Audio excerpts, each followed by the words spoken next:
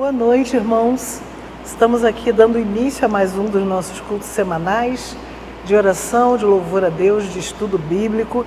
E eu espero que você esteja bem aí na sua casa, com a sua família, que esta semana esteja sendo de bênçãos, de alegrias para todos vocês. Nós vamos dar então continuidade ao nosso culto, lendo a primeira parte do Salmo 24. Vamos ler juntos. Do Senhor é a terra e a sua plenitude, o mundo e aqueles que nele habitam, porque ele afundou sobre os mares e afirmou sobre os rios. Quem subirá ao monte do Senhor, ou quem estará no seu lugar santo? Aquele que é limpo de mãos e puro de coração, que não entrega a sua alma à vaidade, nem jura enganosamente. Este receberá a bênção do Senhor e a justiça do Deus da sua salvação. O primeiro versículo diz que do Senhor é a terra e a sua plenitude, o mundo e todos os que nele habitam. Nós somos do Senhor, do nosso maravilhoso Deus. E eu quero te convidar agora para louvar a esse Deus, cantando um hino que nós gostamos muito, que todos sabemos quase que de cor, e que diz: grandioso és tu, Senhor. Vamos cantá-lo?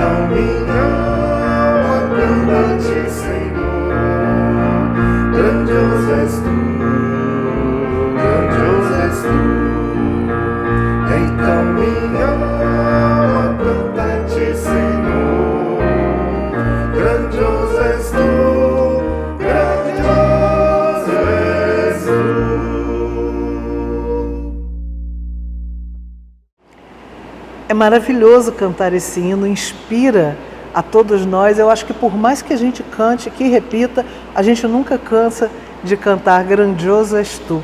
E agora nós vamos ler então a segunda parte do Salmo 24. Vamos ler juntos. Esta é a geração daqueles que buscam a tua face, ó Deus de Jacó. Levantai, ó portas, as vossas cabeças, levantai-vos, ó entradas eternas, e entrará o Rei da Glória. Quem é este Rei da Glória? O Senhor forte e poderoso, o Senhor poderoso na guerra. Levantai, ó portas, as vossas cabeças, levantai-vos, ó entradas eternas, e entrará o Rei da Glória. Quem é este Rei da Glória? O Senhor dos Exércitos. Ele é o Rei da Glória. E como diz esse final do Salmo, quem é este Rei da Glória? O Senhor dos Exércitos, Ele é o Rei da Glória. O nosso Deus é o Rei da Glória, é o Rei de todo mundo, de todas as nações, é o Rei das nossas vidas também. E nós vamos continuar, então, louvando ao nosso Deus. Vamos cantar juntos.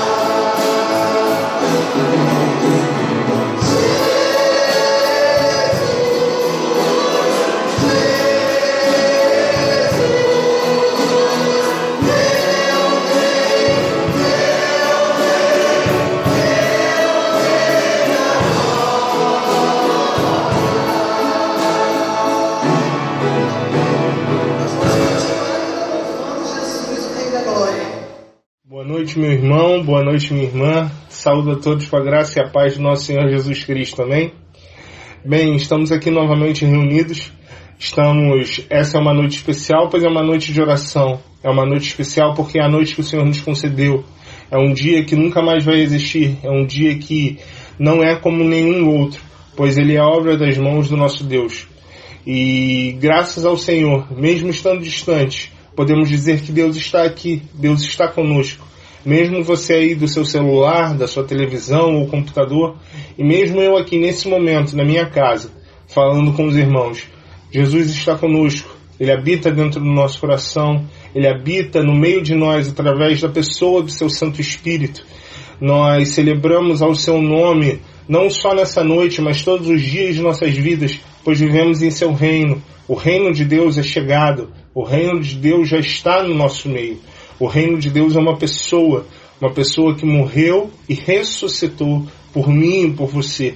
E é por conta desse reino que eu digo que nós podemos estar aqui unidos. E no nome dele celebramos, no nome dele aprendemos mais sobre ele e sobre o seu Pai.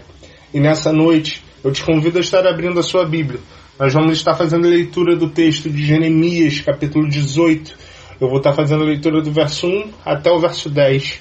Então, é um texto muito conhecido, um texto muito bonito, é um texto que com certeza toca o coração de todos os irmãos que estão me ouvindo nessa noite.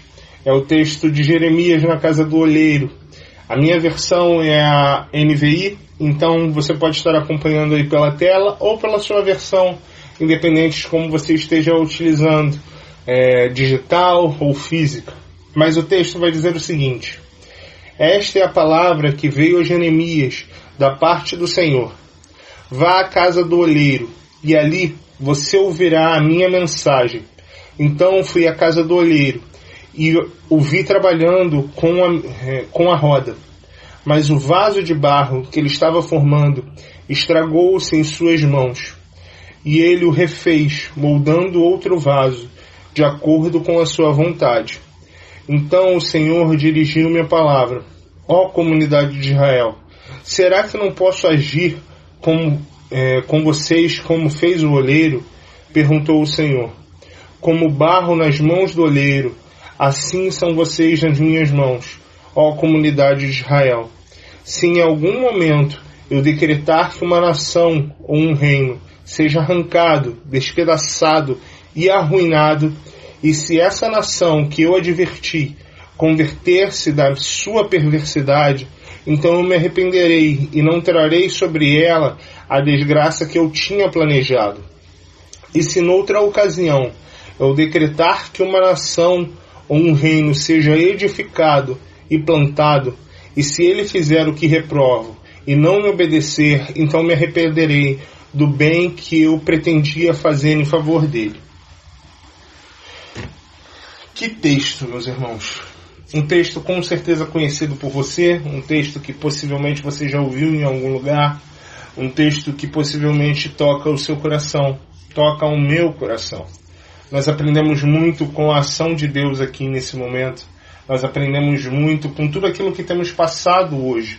Esse texto fala muito conosco quando pensamos no momento específico que vivemos na nossa vida. Afinal de contas, temos sido moldados todos os dias como o barro que o olheiro molda. Mas nós somos moldados pelas mãos do Senhor.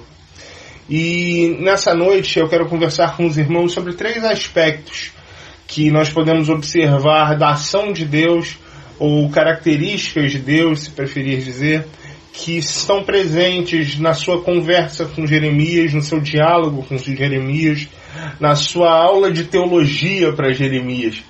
Pois Jeremias vê ali como funciona a ação de Deus. Deus se revela através daquela pequena analogia como funciona o seu comando e o seu governo sobre as nações. E não só sobre as nações, mas também sobre a vida de cada um de nós. E o primeiro ponto que eu queria frisar com os irmãos é que quando olhamos para a casa do olheiro, nós podemos ver o amor de Deus sobre as nossas vidas. Na verdade, ver o amor de Deus sobre as nossas vidas não é algo difícil, pois afinal de contas ele está em todas as ações de Deus. Tudo aquilo que Deus faz por nós, ele faz por conta do seu amor por cada um de nós. Mas nós vemos ali naquele momento, como eu disse aqui, nessa pequena analogia, nessa aula que Deus dá a Jeremias sobre a sua forma de ação, o amor de Deus sendo representado naquele momento de ação, naquele momento de construção de vida daquele vaso de barro. Mas não só isso. A partir do momento que nós entendemos o momento que o povo de Israel vivia, a situação geopolítica que estava estabelecida ali naquele momento histórico, a Babilônia já estava chegando, a Babilônia já estava às portas, a Babilônia iria tomar Israel.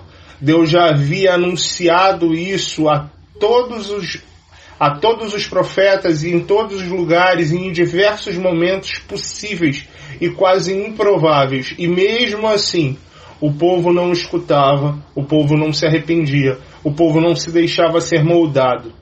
E ali naquele momento, Deus se revela a Jeremias e convoca Jeremias e manda que ele fale ao povo, manda que ele escreva neste momento, que ele revele essa palavra, pois Deus está dando quase uma última ou uma grande oportunidade ao povo, uma oportunidade de se arrepender, de se deixar ser moldado, pois afinal de contas, como eu disse, o destino do povo era a Babilônia.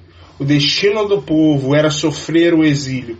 O destino do povo era ser derrotado. O destino de Israel era ser destruída. As suas muralhas seriam derrubadas. O seu povo seria cativo em terra estranha. E eles serviriam naquele lugar durante muito tempo. Nós vamos ver isso quando Deus escreve através do próprio Jeremias a carta aos exilados. Mas ali na casa do olheiro, Deus está dando uma oportunidade ao povo. Deus está falando com o povo sobre a forma que ele age. Deus está demonstrando ao povo que ainda existe esperança para ele. E quando eu penso sobre isso, eu acho muito interessante e consigo fazer uma analogia, ou na verdade uma ligação direta com a vida do apóstolo Pedro. É possível vermos na figura da vida do apóstolo Pedro alguém que recebe o amor de Deus, alguém que recebe a oportunidade de Deus. Eu e você somos pessoas que recebemos a oportunidade e o amor de Deus quando Ele se revela para nós na primeira vez de nossa conversão ou na primeira vez que o encontramos. Mas, especificamente, eu falo aqui sobre um amor antes e depois. Como assim, pastor, um amor antes e depois? Vamos voltar um pouquinho antes da crucificação ou antes, na verdade, de Pedro negar Jesus, pois os irmãos sabem, os irmãos com certeza estão espertos da mensagem, entendem que eu estou querendo dizer no momento que Pedro entende e se entrega diante de Jesus, se apresentando como aquele que o ama 3 vezes, mas não o ama assim como Jesus o ama. Mas vamos recapitular um pouquinho. Pedro era o líder dos apóstolos, Pedro era aquele que sempre estava à frente, Pedro era aquele que era o grande destemido.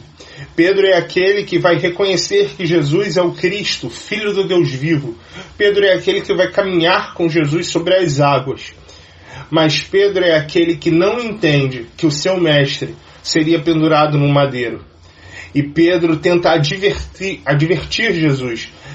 Pedro tenta chamar a atenção de Jesus para que ele não venha a dizer que ele seria pendurado no madeiro, pois como pode o rei dos judeus, o Messias, aquele que era enviado de Deus, ser pendurado, ser morto, ser entregue ao império, ser entregue ao inimigo?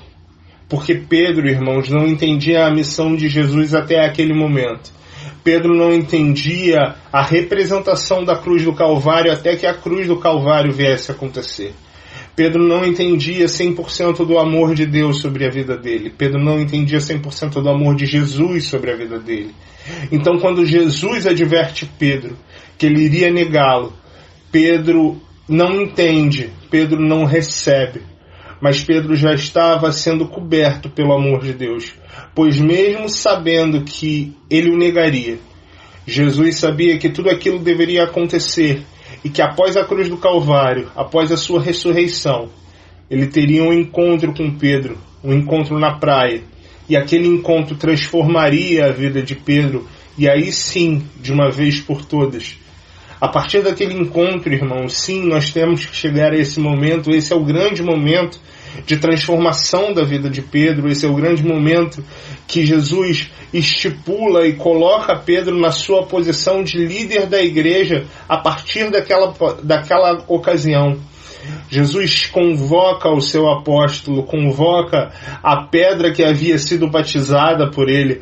Compreendam, a pedra cujo qual Jesus edifica a sua igreja não é na pessoa de Pedro, e sim na sua declaração que ele, Jesus, é o Cristo, Filho do Deus vivo. Mas Pedro foi escolhido sim por Jesus para ser o líder da igreja naquele momento. Pedro era o apóstolo responsável por toda a igreja de Jerusalém ali naquela ocasião. E a partir desse momento, a partir desse contato com o amor de Deus, a partir dessa compreensão do amor de Deus sobre a vida dele, e não só sobre a vida dele, pois eu acredito que a partir daquele momento Pedro entendia o sacrifício de Jesus na cruz, Então ele entendia o amor de Deus sobre a vida de cada um de nós. A partir dali, o amor de Deus transformava Pedro.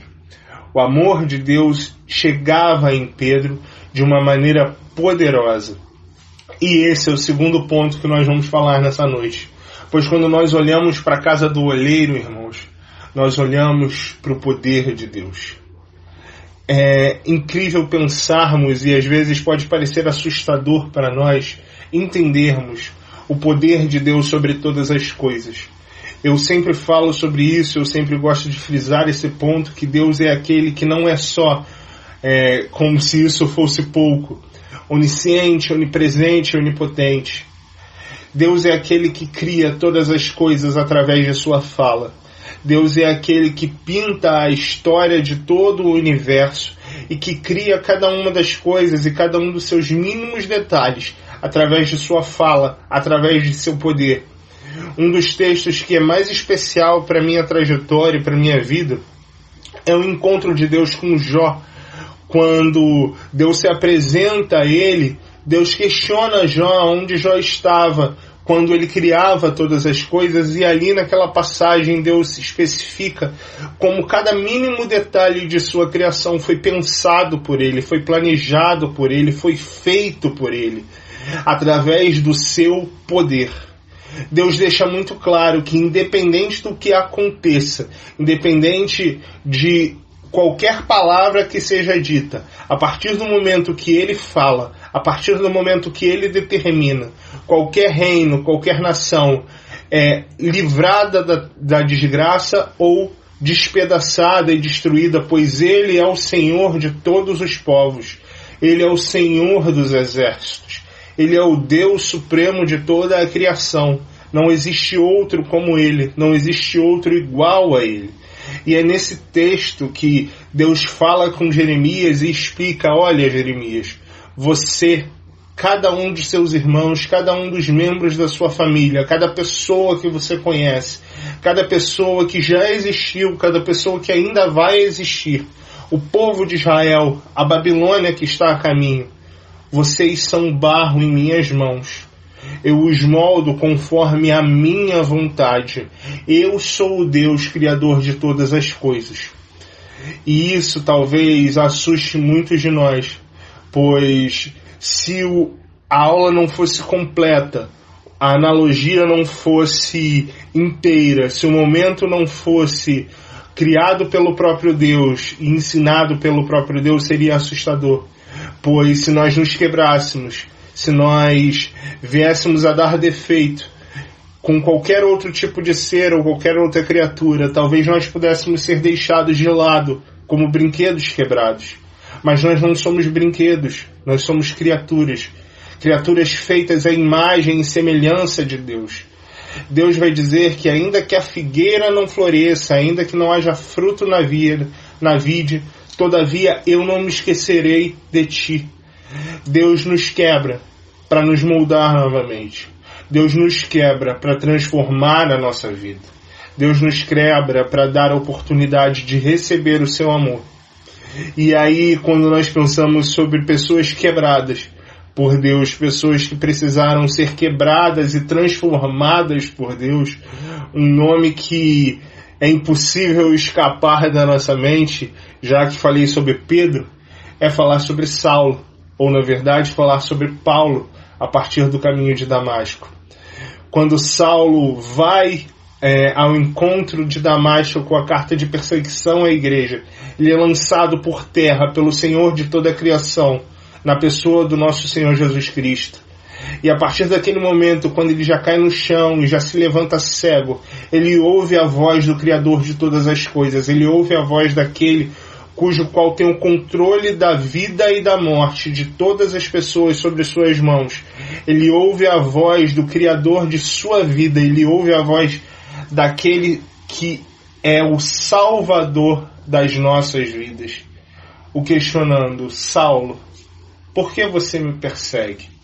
Naquele momento, irmãos, naquele momento que Saulo morre e Paulo nasce, o apóstolo tem a sua vida quebrada diante de Jesus. Ele literalmente é derrubado ao chão. Ele literalmente perde tudo aquilo que ele poderia ver diante de si, pois diante dele estava o Criador de todas as coisas. Então, como assim como na analogia que nós fazemos aqui, que Deus faz com Jeremias, Jesus faz com Paulo no caminho de Damasco. Jesus quebra o vaso velho para construir um vaso novo.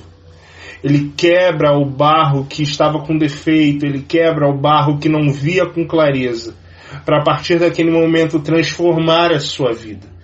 Assim é comigo e com você. Assim, muitas vezes, nós somos moldados pela mão do olheiro. Assim, muitas vezes, nós precisamos permitir que Deus nos transforme. Nós precisamos permitir que a ação dele sobre nossas vidas, a ação de seu amor, mude a nossa trajetória. Irmãos, a partir daquele momento nós temos aquele que estudou aos pés de Gamaliel, aquele que era perseguidor da igreja, aquele que era o homem que possuía dentro de seu conhecimento e dentro de seu entendimento a cultura de todo o mundo conhecido pela humanidade até aquele momento, pois afinal de contas Paulo era cidadão romano, mas também tinha conhecimento de todas as leis e escrituras, pois como disse era fariseu. E naquele momento nós vemos diante de nossos olhos, através das escritas de Lucas e através de todos os outros textos escritos por ele mesmo, nascer o maior evangelista da história da humanidade. Vemos o perseguidor da igreja ser aquele que vai morrer pela igreja. E não só pela igreja e pelo amor de Deus, mas morrer pelas promessas do nosso Deus. E aí nós chegamos no nosso terceiro ponto. Pois quando nós olhamos para o texto da casa do olheiro, nós vemos as promessas de Deus. Nós vemos Deus falando com Jeremias, como disse antes, sobre o seu amor. E vemos Deus falando sobre as promessas que ele tinha para o seu povo. E quanto essas promessas são condicionadas ao seu poder e ao seu amor. Deus abre ali naquele momento uma oportunidade de arrependimento ao povo de Israel, e o texto é muito claro. Ele deixa muito ciente que a partir daquele momento, se o povo se arrependesse, ele tiraria, ele transformaria aquele momento de maldição, aquele momento de desgraça, em momento de bênção, em momento de livramento. Mas naquele momento, se o povo não entendesse, ou se o povo já tivesse recebido todas as promessas que eles já haviam recebido até ali, aquela ocasião, e não entendesse e não obedecesse à vontade de Deus, a voz de Deus o chamando de volta para o seu amor, aquele povo receberia sobre si o castigo do exílio babilônico. E é isso que nós vemos, é isso que acontece. Bem, meus irmãos, quando falamos sobre promessa de Deus, como não falar sobre aquele que é prometido junto ao nosso Salvador? Como não falar daquele que tem como a sua vida viver a promessa de Deus, não só para a vida dele, mas para toda a sua nação e, na verdade, para todos nós, pois é aquele que é escolhido diretamente por Deus para ser quem prepara o caminho para o Cordeiro de Deus. Estou falando de João Batista. Afinal de contas, quando o anjo Gabriel aparece a seu pai e anuncia o nascimento do menino, e anuncia e detalha exatamente a Zacarias tudo aquilo que o menino deveria fazer no decorrer da sua vida, nós vemos um menino que precisa viver crendo na promessa de Deus. E não é uma promessa simples, não é uma vida simples que esperava João Batista. João Batista era alguém que precisaria viver separado, era alguém que precisaria viver distante, era alguém que precisaria viver uma transformação. Pois, como o nosso pastor já falou no nosso último culto de domingo, o povo vivia um momento muito difícil antes da chegada de João Batista e de Jesus. Deus estava em silêncio por 400 anos. E naquele momento, no cume da existência da humanidade, no pico de todas as gerações, Deus envia outro profeta, e dessa vez não Jeremias. Envia aquele que seria o que prepararia o caminho, o novo Elias. Ele escolhe o primo de seu filho, ele escolhe João Batista, para ir ao deserto, para ser aquele que era totalmente diferenciado, Já falei sobre isso outras vezes. João Batista, sendo filho de Zacarias, sendo filho de sacerdote, tinha como sua herança hereditária estar dentro do templo servindo ao Senhor. Mas por conta de toda a corrupção do pecado que existia naquele tempo, Deus decide tirar o seu sacerdote de dentro do templo. E ele o manda para o deserto e ele transforma ele no seu profeta. Aquele que prega sobre arrependimento, aquele que convoca o povo ao arrependimento. Pois ele cria na promessa que havia sido feita ao seu pai. Ele cria na promessa que havia sido feita pela sua vida. Ele acreditava que diante dele ainda haveria o Cordeiro de Deus que tira o pecado do mundo. Ele acreditava em Jesus Cristo, o Deus vivo, aquele que morre na cruz do Calvário para salvar eu e você. Ele acreditava, e naquele momento nós não vemos só um homem. Na verdade, quando olhamos para a história de João Batista, não vemos só a história de um homem que vive pela promessa de Deus. Nós vemos a história de um homem que morre pelas promessas de Deus. João Batista foi convocado por Deus a ser profeta. João Batista foi convocado por Deus a pregar sobre o arrependimento. E é por conta dessa pregação que João Batista vai ser preso, que João Batista vai ser morto. É por conta dessa promessa de Deus que João Batista entende que ele precisava viver a sua vida de acordo com essa promessa. Pois ele sabia que essa promessa não vinha só carregada de todo o amor de Deus, mas ele sabia que ela vinha com todo o poder de Deus. E quando nós entendemos e pensamos nesses 3 pontos que conversamos essa noite, precisamos compreender, irmãos, que as promessas de Deus são reais para as nossas vidas. Elas estão sobre as nossas vidas, assim como o amor de Deus está sobre elas e está sobre as nossas vidas. Nós precisamos compreender que a ação de Deus é soberana sobre essas vidas, ela é soberana sobre essas promessas. Elas estão sobre mim e sobre você. E a grande e a maior promessa de Deus já foi realizada na cruz do Calvário, onde Ele salvou a minha e a sua vida. E a partir desse momento, eu fecho essa mensagem, essa conversa que temos hoje, te convocando a voltar lá no início da nossa conversa. Mas, na verdade, talvez fazendo uma brincadeira aqui, uma analogia, mas ao início da nossa criação, que nós possamos voltar a ser barro e possamos ser moldados pelo amor de Deus, possamos ser moldados pelo poder de Deus, para que assim possamos viver as promessas de Deus. Que o Senhor nos abençoe. Queridos irmãos, saúde e paz. Se Deus permitiu, hoje é quarta-feira, dia 23 de fevereiro de 2022. Estamos aqui em Petrópolis, em frente à primeira igreja, trazendo 7 toneladas de doação, em que a PIB de Cascadura esteve envolvida, outras igrejas da Convenção Batista Carioca, todos unidos para minimizar a dor dos nossos amigos, irmãos e petropolitanos. Você que está participando desse culto, adorou o Senhor, ouviu a mensagem do pastor Alex falando sobre vaso do oleiro, e nós precisamos sempre, da melhor forma possível, fazer a vontade do Senhor. Que essa semana continue sendo abençoada e fazendo aquilo que Deus quer. Um grande abraço, fique na paz e até lá.